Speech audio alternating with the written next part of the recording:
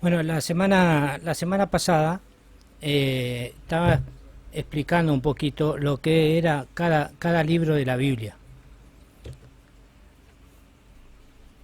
un resumen de cada libro de la Biblia, de qué nos habla, porque muchas veces conocemos los libros de la Biblia, los leemos, pero en resumen a veces no tenemos la claridad de lo que significa y de lo que habla de cada libro.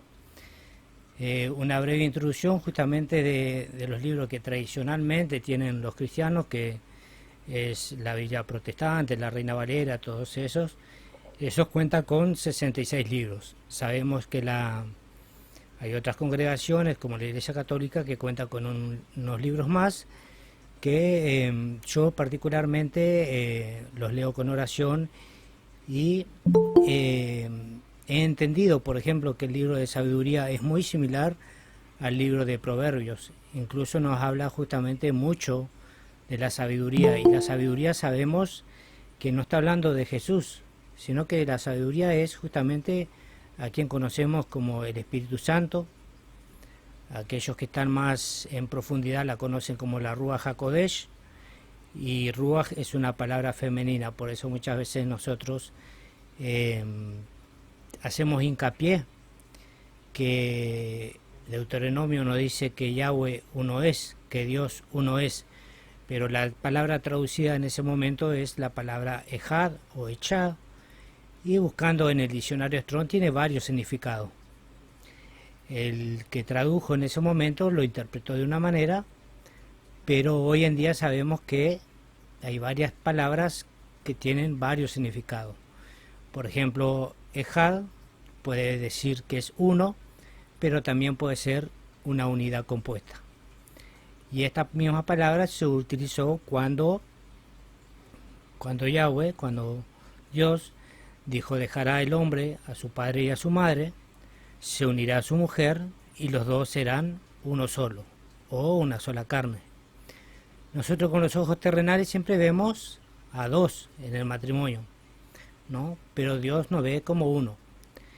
Y creo que el entendimiento lo puede tener cada uno de ustedes, porque en el principio Dios creó a Adán. Muchas veces dicen el primer hombre, pero recuerden que Adán significa Adamá, significa tierra, y tenemos que entender que luego de crear y ver la creación, vio que no había alguien compatible con Adán, y de Adán extrajo a Eva de dentro de Adán, y de esa costilla la creó, y por eso los dos se complementan. Por eso Él nos ha enseñado todo este tiempo y el mandamiento de procrear, ¿no? De procrear, de hinchar la tierra. Y por eso entendemos que si Dios nos hizo a imagen y a semejanza, entonces yo hoy estoy en desacuerdo con los movimientos feministas o de género donde dicen que Dios es machista. Eso se ha introducido en las iglesias por el orden a veces de los sacerdotes, y muchas veces el abuso de algunas autoridades, y no entender el propósito de la mujer.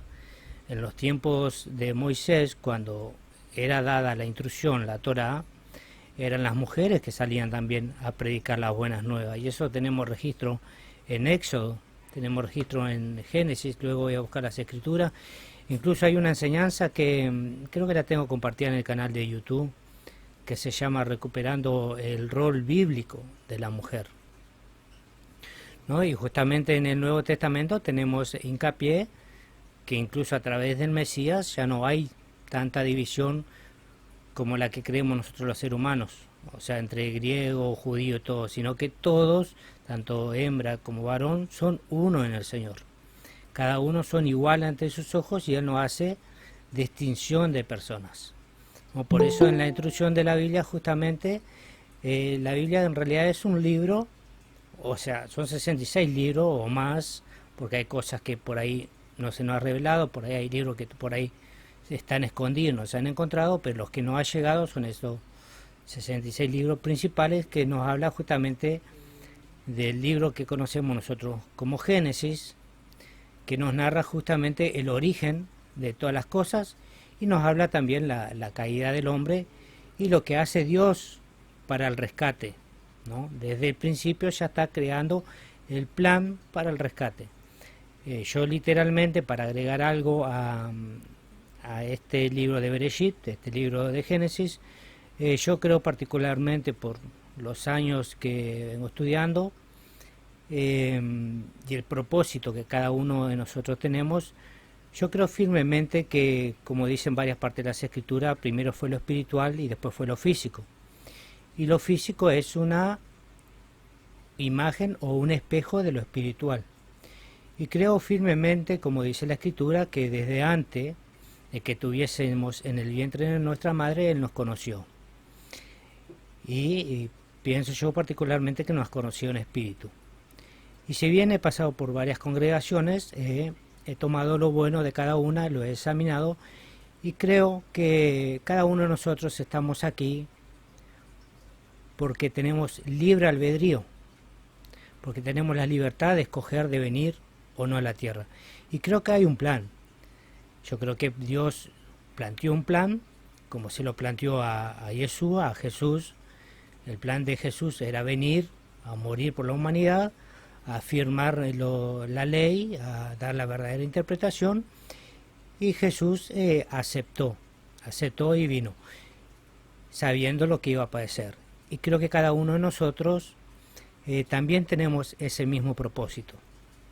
Cada uno de nosotros, antes de venir a la tierra, creo que Dios nos habló, nos instruyó, nos dijo lo que teníamos que pasar, lo que íbamos a pasar, con qué propósito veníamos, y nosotros aceptamos.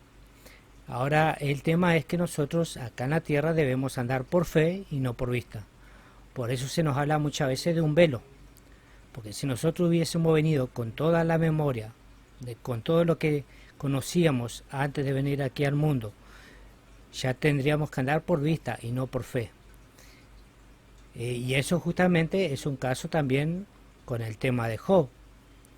Job creo que es una digna interpretación de lo que es la vida del ser humano. Sé que cualquiera de ustedes puede decir, yo no soy como Job porque Job pasó cosas tremendas y no sabemos si aguantaríamos eso que pasó Job.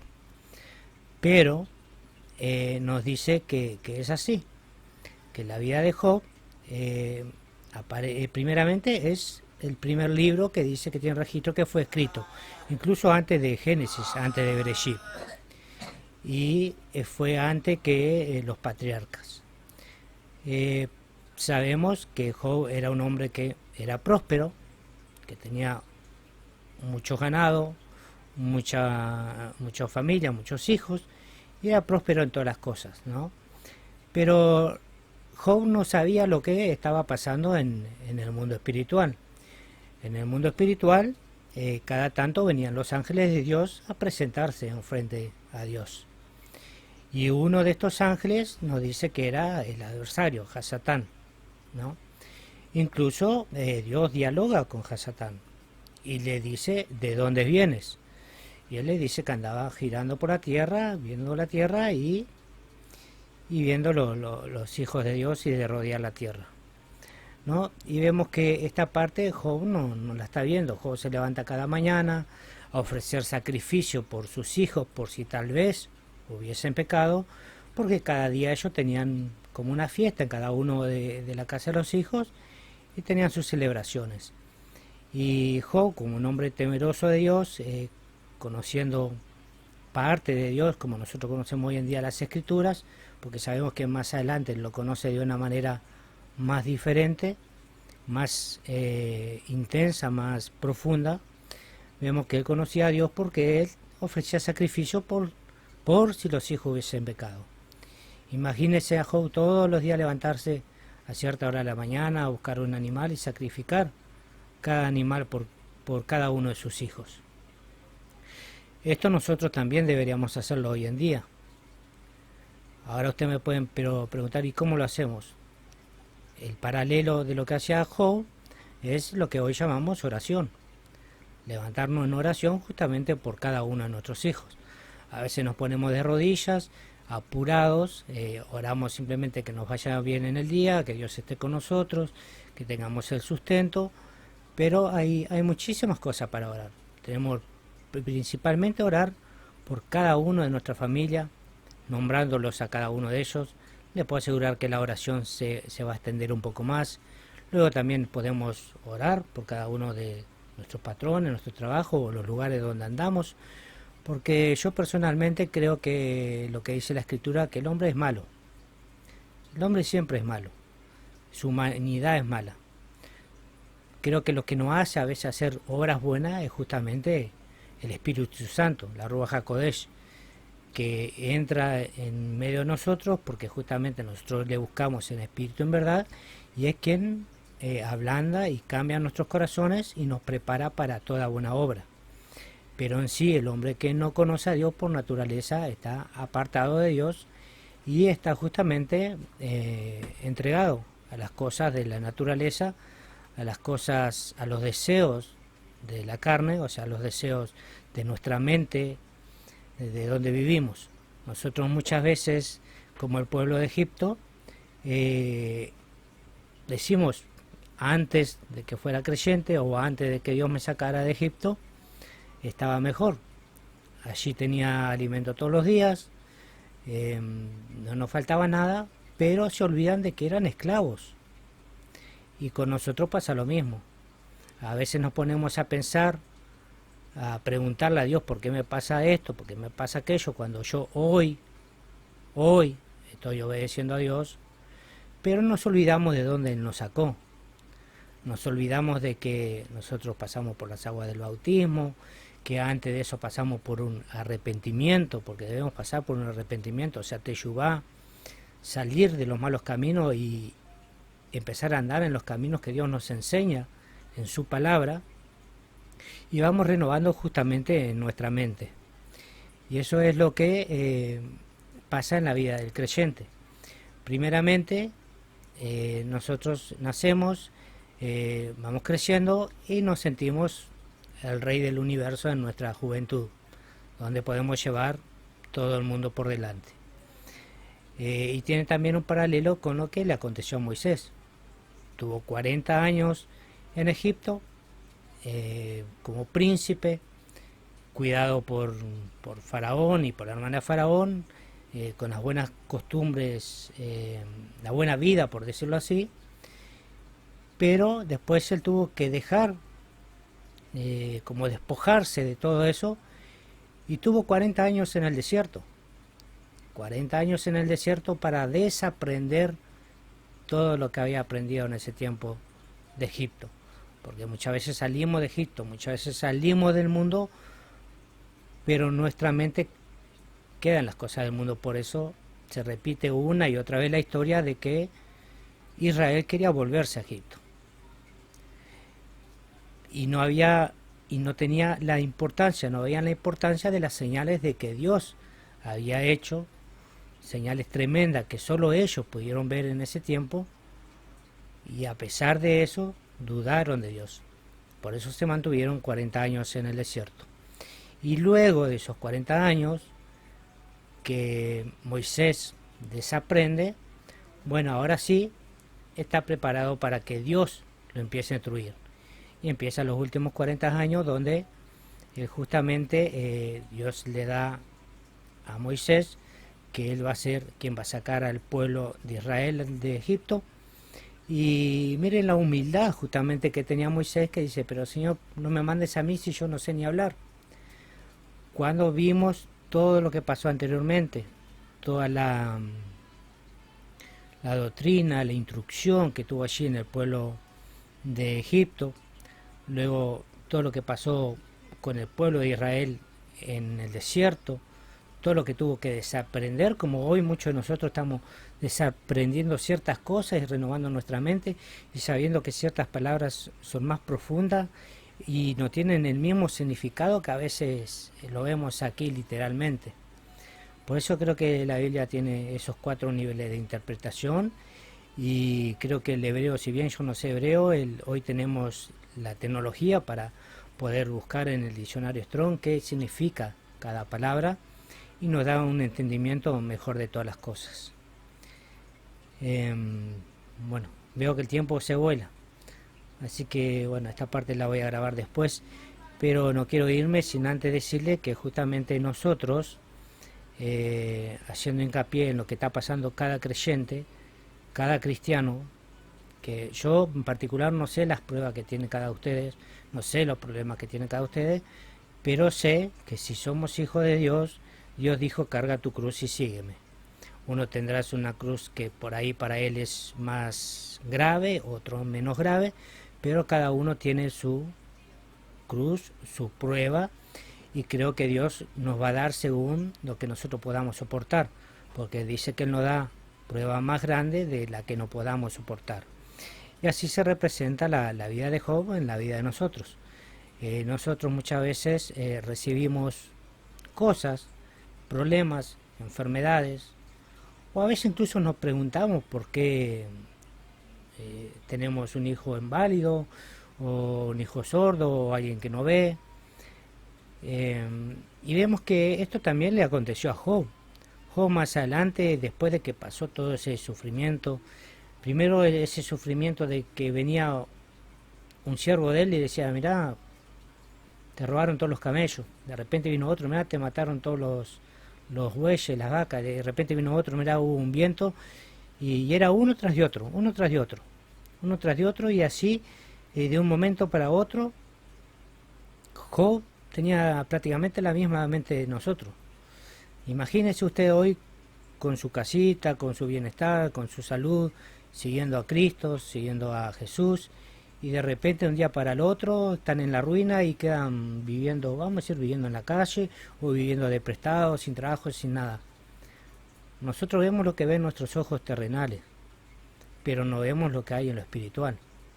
Vemos que, como dijimos anteriormente, vinieron los ángeles de Dios para presentarse ante Dios, y yo creo que si Job estuviese viendo lo que está pasando en el mundo espiritual, le diría directamente a Dios: Dios, déjame pasar desapercibido, porque Dios es el que le dice a Hasatán: ¿no has visto a mi siervo Job, como es justo, guarda mis mandamientos, mis preceptos, y que es derecho ante mis ojos?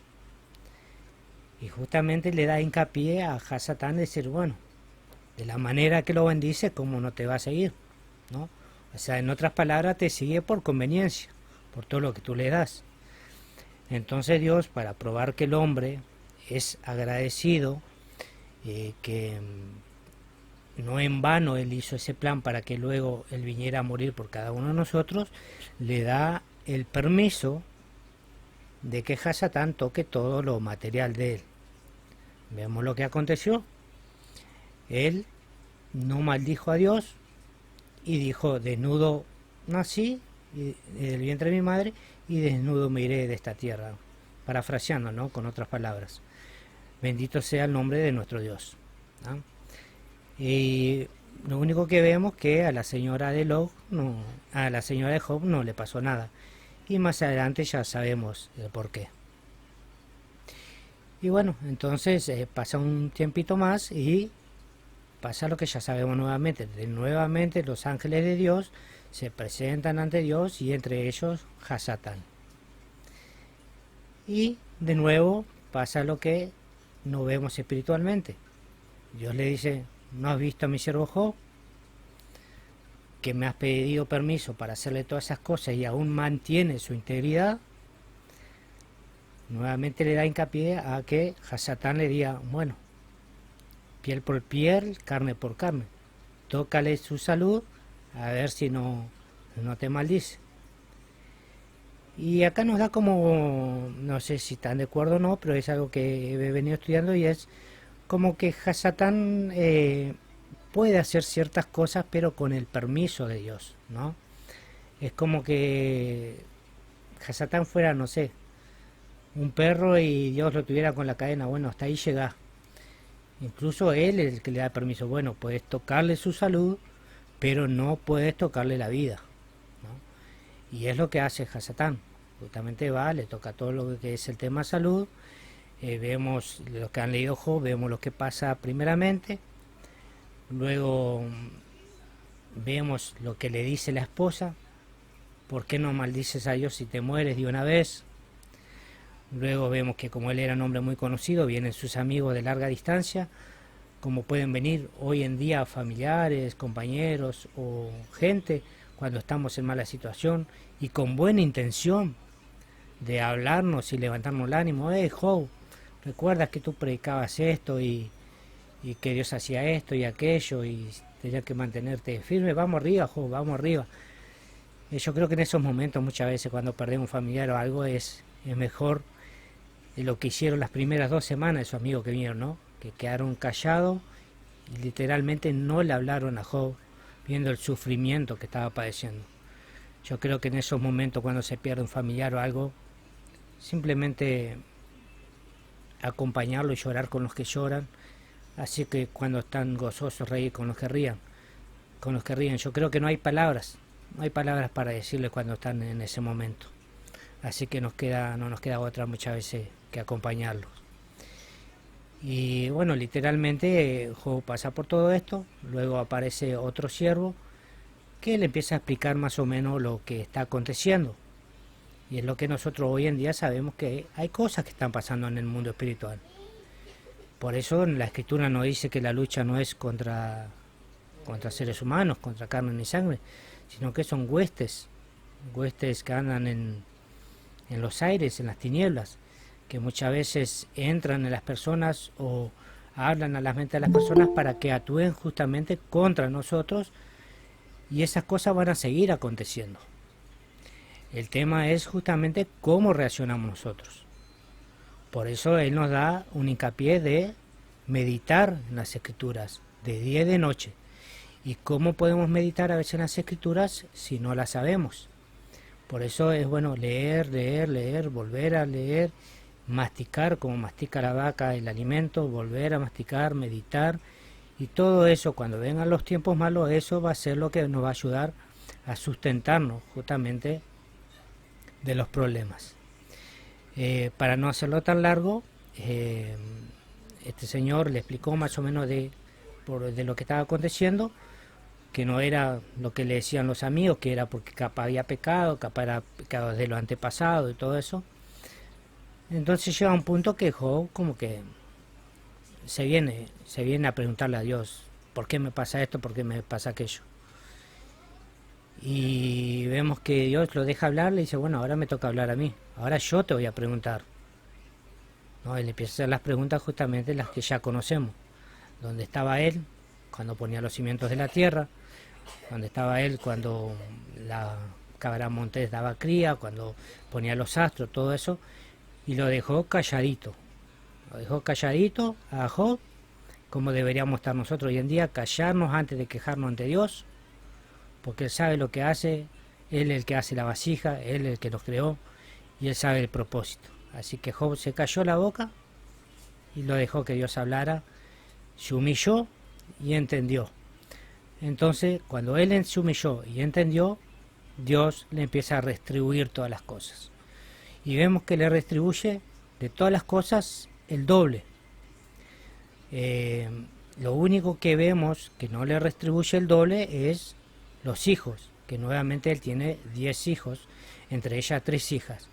¿Y por qué no le retribuye? Porque sabemos que cuando Job parta, que ya partió, y no es de mi conocimiento, pero cuando resucite y eso, él allí en los cielos o aquí en la tierra donde esté, va a tener esos 10 hijos que se murieron y esos 10 hijos que le nacieron después. Ya va a tener el doble nuevamente, esos 20 hijos. Así que era eso lo que quería compartir con cada uno de ustedes. Tengan paciencia, sigan adelante. La vida de Job es un reflejo de lo que va a pasar cada ser humano. Tenemos que estar preparados para saber que Dios está en control, literalmente está en control, aunque nuestra carne, nuestra mente, nuestros ojos, nuestras rodillas caigan al piso y pensemos que estamos solos, no estamos solos. Podemos estar solos de los amigos, de los parientes, de los padres, de la madre, por ahí del cónyuge, de los hijos, pero nunca de aquel Padre que dio su vida por cada uno de nosotros y que ha tenido esta tremenda misericordia a través de los años enviando la instrucción, enviando los profetas mayores, los profetas menores, enviando a Juan el Bautista a preparar el camino de Yeshua, el plan de redención, hablado desde el principio, que el otro día compartí con ustedes en Facebook, compartí también en WhatsApp, creo que es de bendición. Y bueno, y esta semana me he hecho hincapié justamente en estudiar más las escrituras, por eso, si bien no estoy compartiendo parte de la porción, porque el pastor va a compartir ahora con ustedes, quería compartir esto con ustedes, que sé que es importante. Bueno, bendiciones para cada uno de ustedes, y si el pastor Facundo está preparado, adelante. Shalom, shalom a todos, Yahweh les bendiga. ¿Cómo se escucha? ¿Me escuchan bien? Perfecto. Bueno, shalom hermanos, Yahweh les bendiga. Una bendición poder estar con ustedes conectados el día de hoy. Hoy tengo una palabra que el Señor me ha dado referida sobre esta porción de las Escrituras, sobre la parashá Yitro o Jetro. Y esta porción habla sobre Jetro, que viene a visitar a el varón Moisés. Escuchen.